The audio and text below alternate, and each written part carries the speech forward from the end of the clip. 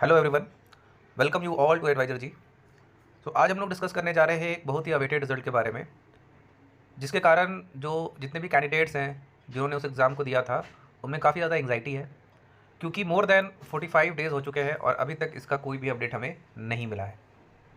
तो हम डिस्कस करने जा रहे हैं IDBI जैम 2026 के रिज़ल्ट के बारे में। इसका जो एग्ज़ाम है वो 12 अप्रैल को कंडक्ट कराया गया था और ये हुआ था मॉर्निंग शिफ्ट में। सेम डे को एक और एग्ज़ाम कंडक्ट कराया गया था IDBI के द्वारा, जो कि था AM का एग्ज़ाम, और ये आफ्टरनून शिफ्ट में कंडक्ट कराया गया। AM की अगर बात करें तो इसका 12 अप्रैल को एग्ज़ाम हुआ था और 8 मई को, जो कि अराउंड आप मान के चलो 25 डेज़ में इसका रिजल्ट आ गया था रिटन का। 14 मई को जितने भी कैंडिडेट्स थे उनका कॉल लेटर हो गया और 20, 21 और 22 को इसका इंटरव्यू कंडक्ट करा लिया गया। तो सवाल ये उठता है कि आखिर इतना डिले क्यों हो रहा है। तो इसका काफ़ी सारा रीज़न है, तो हम लोग पॉइंट वाइज बात करेंगे क्या क्या जो रीज़न हो सकते हैं इसके, और जो सोर्सेज से कुछ इन्फॉर्मेशन मुझे मिली है मैं वो आपके साथ शेयर कर रहा हूँ। तो इसका जो सबसे जो टॉप मोस्ट रीज़न है, सब जो मेन रीज़न है डिले का, वो है AM का जो रिक्रूटमेंट है, AM का जो रिक्रूटमेंट है उसकी प्रायोरिटी। तो इन फर्स्ट नंबर पे जो IDBI है वो कोशिश कर रहा है कि ADBI रिक्रूटमेंट वो जल्द से जल्द कंप्लीट कर सके। ऐसा क्यों? ऐसा इसलिए क्योंकि IDBI जो एग्ज़ाम कंडक्ट कराया है इसमें टोटल AM में लगभग 200 सीट्स हैं और जैम में अराउंड 1300 सीट्स हैं।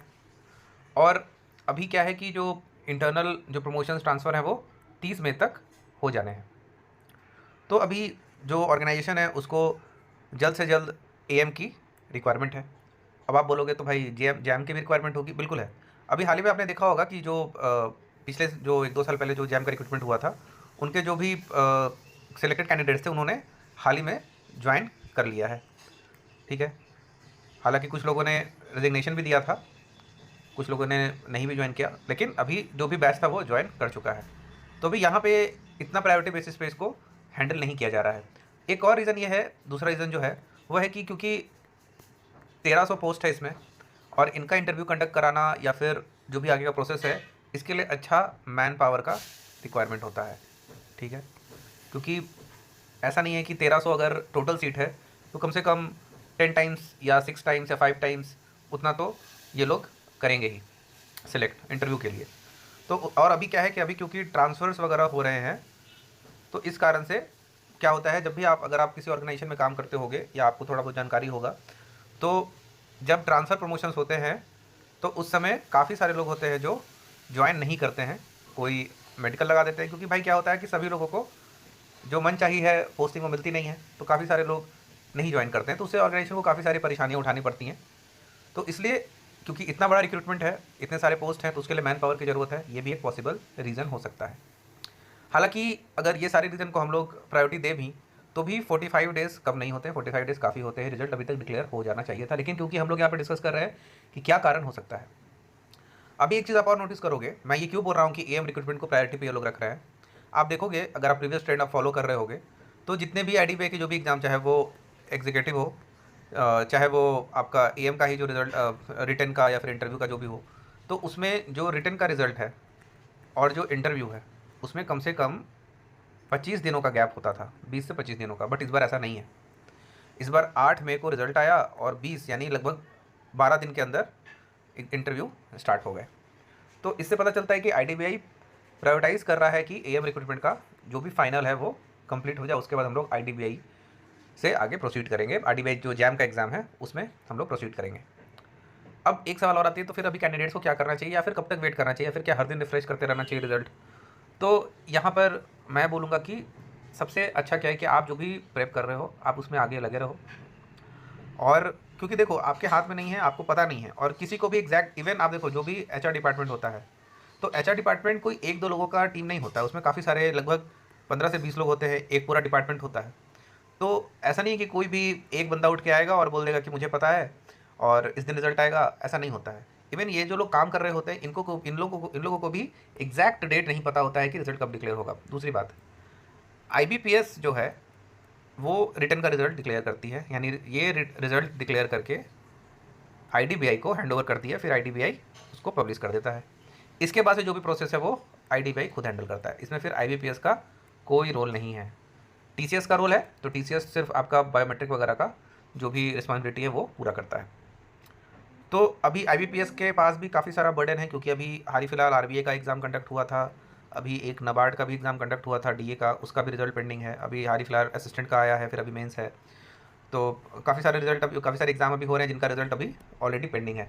तो ये भी एक कारण हो सकता है कि क्योंकि IBPS के पास पेंडेंसी है, ये भी हो सकता है कि IBPS ने रिजल्ट हैंड ओवर IDBI को कर दिया हो, लेकिन फिर भी IDBI में भी इसलिए डिक्लेयर नहीं कर रहा हो क्योंकि अगर वो डिक्लेयर कर देगा तो फिर आगे का प्रोसेस उसको जल्दी जल्दी कंप्लीट करना पड़ सकता है। तो ये भी एक रीज़न हो सकता है। तो अभी आप लोगों को अपने जो जो भी आपका प्रेप चल रहा है, जो भी आप एग्ज़ाम्स के आगे फॉर्म भरने वाले हो, अगर आपका एज अभी बचा है तो आप उस पर पूरा फोकस करो, ठीक है। और ज़्यादा एंग्सियस मत हो, क्योंकि ये अभी ऐसा कोई बहुत बड़ा पोस्ट नहीं आपको मिल रहा है जिसके लिए आप इतना ज़्यादा एंग्सियस हो रहे हो। और अभी क्या है कि काफ़ी सारे लोग, लगभग मुझे जहाँ तक पता है 6 टाइम्स या 10 या 7 टाइम्स 8 टाइम्स लोग सेलेक्ट होंगे। तो ऐसा भी नहीं है कि अगर आपका रिटर्न का क्लियर हो गया इसका मतलब आप फाइनल सेलेक्ट हो रहे हो, ऐसा कुछ नहीं है, ठीक। ऐसा कुछ भी नहीं है। तो मैं बस इसी के साथ कंक्लूड करना चाहूँगा कि आप लोग अपना जो रूटीन है, जो आपका रूटीन है, आप उसको फॉलो करो। आप रेगुलर रहो पढ़ाई को लेकर, ठीक है। और आप चाहो तो कोई भी ऐसा चैनल जो भी आपको रिलायबल लगता है, जेन्युइन लगता है, आप उसको सब्सक्राइब कर लो, नोटिफिकेशन ऑन कर लो, ताकि अगर किसी भी तरह का अपडेट आए तो आपको वो चैनल के माध्यम से आपको पता चल जाए। क्योंकि इट इज़ नॉट पॉसिबल कि आप हर 2 घंटे पे, हर घंटे पे आप जाके वेबसाइट चेक करो या फिर यूट्यूब चेक करो। ये एक तरह से डिस्ट्रैक्शन भी होता है, ठीक है। और मैं आपको एक लास्ट एडवाइस देना चाहूँगा। देखो, जितने भी बैंकिंग एस्पिरेंट हैं उनके बीच एक सबसे बड़ा जो, मतलब आप समझो, डिफरेंशिएटर जो होता है, जिनका सिलेक्शन होता है, जिनका नहीं होता, वो होता है रिज़ल्ट के बाद आपका अप्रोच क्या है या रिज़ल्ट से पहले आपका अप्रोच क्या है। दोनों चीज़। अगर आपने एग्ज़ाम दिया, क्या आप रिज़ल्ट का वेट कर रहे हो? अगर आप रिज़ल्ट का वेट कर रहे हो तो जो एग्ज़ाम देकर प्रिपेयर कर रहा है आगे के लिए, आगे के प्रोसेस के लिए, चाहे वो इंटरव्यू हो, चाहे वो मेंस हो, चाहे वो कोई और एग्ज़ाम हो, तो वो आपसे आगे निकल जाएगा। तो ये जो गैप है 10 दिन 15 दिन, क्योंकि आप कितना भी अगर कोई भी, अगर जैसे RBI है, आई थिंक जितने भी बैंकिंग इंडस्ट्री है उसमें सबसे जल्दी तो रिजल्ट डिक्लेयर करता है, वो करता है RBI।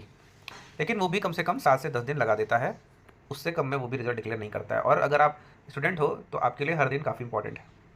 तो ये जो ब्रेक है ये नहीं आना चाहिए प्रेप के बीच में। ये अगर आप ये कर रहे हो तो मैं आपको 100% गारंटी देता हूँ कि आप कहीं भी सिलेक्शन नहीं ले पाओगे, क्योंकि कट थ्रोट कंपटीशन है, ठीक है। कट थ्रोट कंपटीशन है, और यहाँ पर आप अगर तैयारी कर रहे हो, कुछ समय से भी कर रहे हो, तो आपको पता होगा लोग 0.05 0.5 ऐसे ऐसे नंबरों से लोग रिजेक्ट हो जाते हैं, ठीक है। तो बस वही बोलूँगा, आप अपना डिसिप्लिन मेंटेन करो, हर दिन कुछ ना कुछ अच्छे से पढ़ाई करो, ज़्यादा एंक्सियस मत हो। टेलीग्राम, व्हाट्सएप या कहीं पर भी कोई ऐसे ग्रुप बने हैं तो उनको एग्ज़िट कर दो, क्योंकि आप क्या होते हो, जब आप इस तरह के ग्रुप को ज्वाइन करते हो तो आप कैरी ओवर होते हो। जब वहाँ पे एंग्जाइटी फैलती है तो आपको भी लगता है कि बहुत बड़ी बात है, रिजल्ट आने वाला है, या कोई भी एक बंदा आके बोल देगा रिजल्ट आने वाला है, आने वाला है, तो आप परेशान हो जाओगे, ठीक है। तो मैं आपको बोलूँगा all the best. I hope कि आप सभी का सिलेक्शन हो जाए। और अगर आपको मेरा जो भी कंटेंट है वो अच्छा लग रहा हो, या आपको लगता हो कि मैं रीज़नेबल बातें करता हूँ या आपसे जेन्युइन बातें शेयर करता हूँ, तो आप प्लीज़ सब्सक्राइब ज़रूर करना। राधे राधे, धन्यवाद।